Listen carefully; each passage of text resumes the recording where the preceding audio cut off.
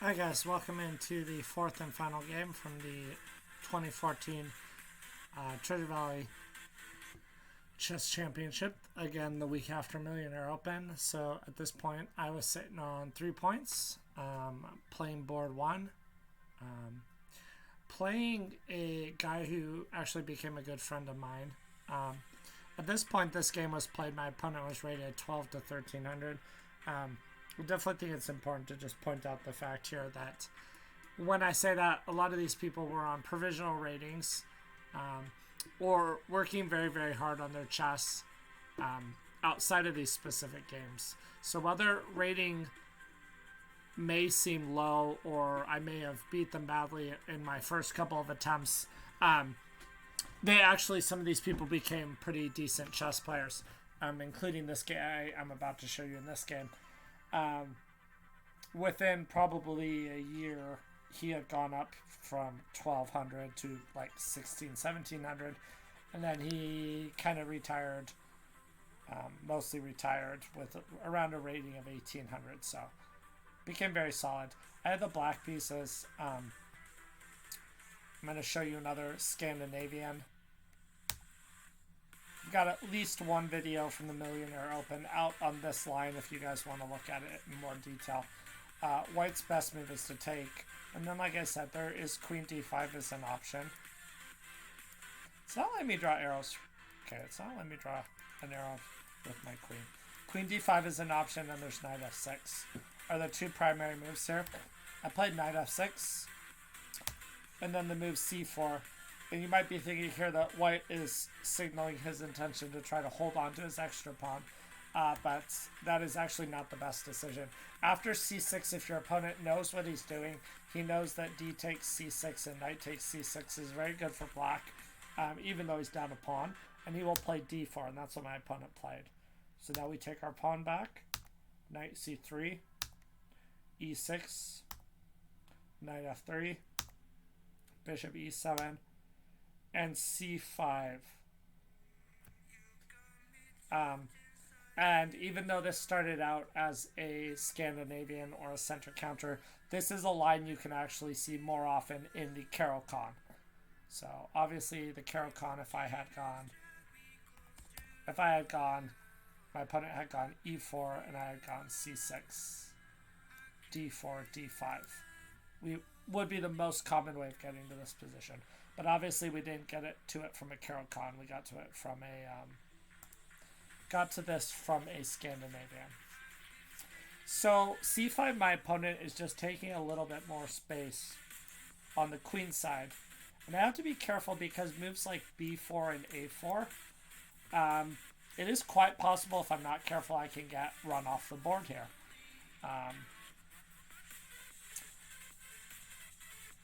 So I do have to be careful.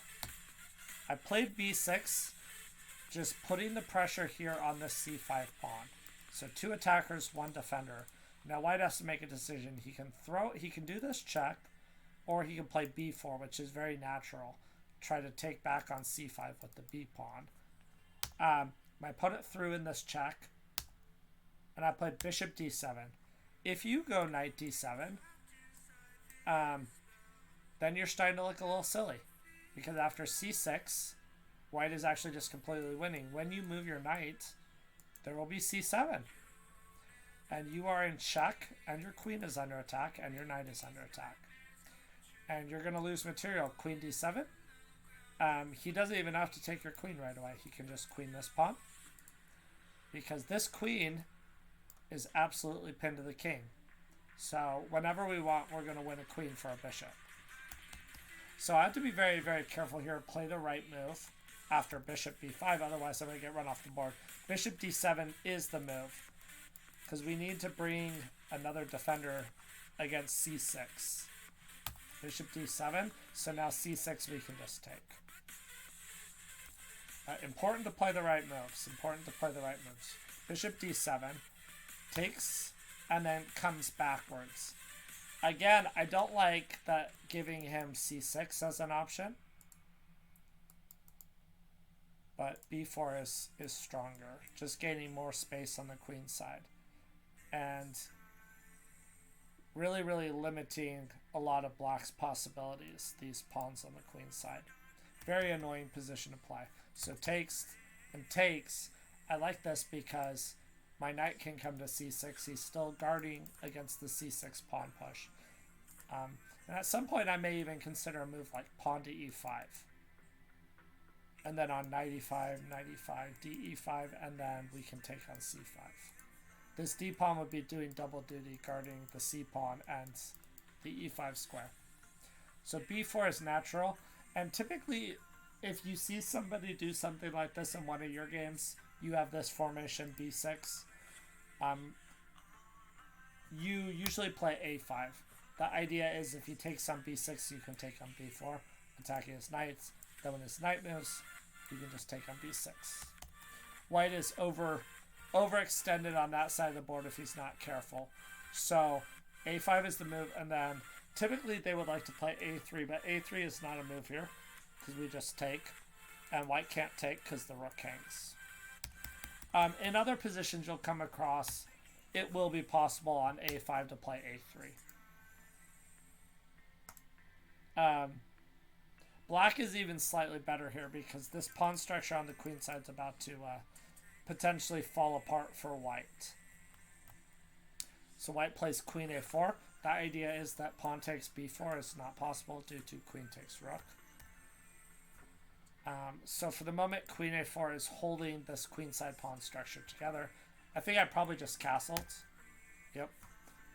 Castled, and now c6, which is a blunder that loses the game. White is slightly better here, but he should just castle. Or black is slightly better here, excuse me, because white's queenside is overextended. Castles is what he should play, or rook b1. Rook b1 makes a lot of sense. In fact, if I was white, I'd be tempted to play rook b1 first. I'd say get your king to safety first for white, but there's no way black can take advantage of this in the next one move and keep white from castling. So, but c6 is a blunder because it allows this move bishop b4. And if white takes on c6 or d7, then we take this knight with check, and we're going to take a rook. And we're just going to be completely winning. So that's why this is a blunder. c6 is a blunder because black can just take here. White doesn't have time to take on d7. He has to defend his knight. And now I can move my knights. Now I am one pawn ahead. And what I want to do is, I still want to watch this pawn, but I would like to play queen c7, attacking this pawn a second time, before my opponent can hopefully defend it. Because if he's able to defend it, I'm going to have to defend a little bit for a little while before I'm going to be able to get this off the board. He castled, and I played knight a6. Queen c7 first was probably better. I thought knight a6 was good. My thought behind knight a6 was that I could use the knight as a blockading piece on c7 to keep the pawn from going forward for a little bit. This is still really good for black, but it is important here that we don't let white have the option maybe to push his pawn to c7. Knight b5, queen b5 is bad because we unlock the c7 pawn push, and queen c7 puts our queen in a passive scenario. We'd rather have the knight blockading this pawn. So knight e4 is a good move, bringing our knight to a better square. a3 attacking our bishop, and then bishop d6. So if he goes to knight e5, we'll just take.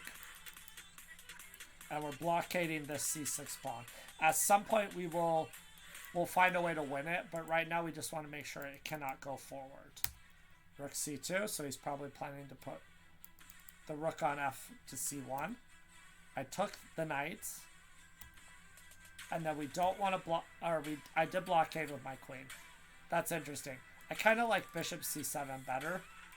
Queen d6 maybe, putting some pressure on the h2 pawn. But I played queen c7, okay. Rook e1 and a4.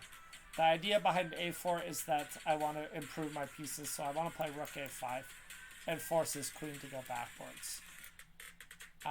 Rook a5, his queen doesn't really have any queen side squares it can stay on. So rook a5 would be nice because it would push it to a less active position and make my rook better. And he played bishop c3. At this point, I'm just completely winning, but this just gives me another pawn. Rook a1, and then knight c3. We have an opportunity to trade. We're 2 pawns ahead. Now we save our bishop. Actually, we attack his queen first. Better. Now we save our bishop. We're 2 pawns ahead. This is completely winning. We're going to defend our queenside pawns and just start pushing them forward. And knight e5, bishop d6, threatening to win another pawn, take the knight twice, win a pawn. Knight d7, we save our rook, get it behind our passed pawn, that's where rooks belong. At this point, it's just very, very simple chess. Rook b1, he wants to take on b6, and play rook b7. Strong idea, but we can stop that with rook a6, rook b5. Obviously, we can trade rooks, or we can push. There's a lot of different ways to win at this point. He takes, I take. Queen at b1, he's trying to come back and defend. I push. Now if queen b6, we just take the queen. And then queen this pawn, and it's going to be rook c1, queen c1 mates. So he has to blockade with the queen. Now all we got to do is get the queen away from this square. Queen a7. Knight e5. Rook b5. The idea behind queen a7 was I want to defend this pawn. And now that this is defended, I'm threatening rook b1 check. Queen b1. Make a new queen. Rook c1 and queen c1 is mates. So he has to bring his rook back.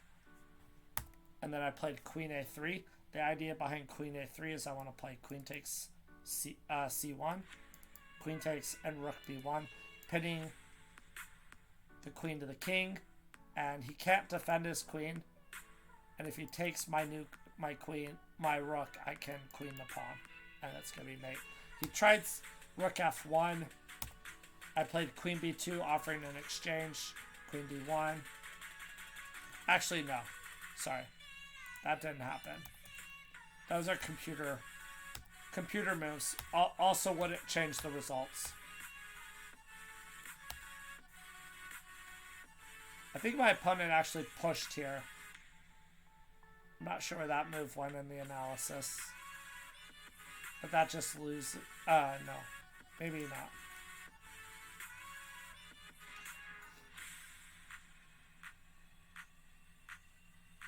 I played bishop c7. And he can't, guys, again, he can't take this because I have check. And then rook c1. We play queen c1. So queen takes, pawn takes, rook c1, queen c1. So I won this tournament with a score of 4 out of 4. Again, the first 2 opponents, nothing really to write home about. The third round opponent that I showed you that I beat, that played the Caro-Kann, has actually gone on to become a very strong player. Last I checked, he was somewhere around high 1900s. I think he briefly passed into the 2000 range, and then dropped out. I haven't checked him recently. He doesn't live here in Idaho anymore. And then, like I said, this opponent in this game was like 12 to 1300 when this game was played. But within the next year was a solid 1700 rated player probably. So, and actually handed me a couple of painful losses within the next couple of years of playing him. So, again, don't look down on the opponents. You know, guys, that was definitely my focus headed into this tournament. Do not look down on your opponents. Now, it's kind of something I struggled with at times playing chess. But then other times I was familiar enough with who I was playing to know that even though the rating said they might be like 1300, I knew Jared at this point was obsessed with chess. And I knew he was very good with computers, and I knew he prepared lines with his computers already. And then he also that he was very good friends with my prior opponent, who was already a solid 1700, and they played a lot. So I know they used to bounce ideas off of each other as well. So happy with my performance coming, just a week removed from the Millionaire Open in this tournament. If you have any questions about the games themselves or comments, I would love to hear about them in the comment section, and I will definitely answer those. So please feel free to fire away with any comments you may have in that regards. Anyway, hopefully you enjoyed these games, and I'll be back with some more videos tomorrow. Thank you.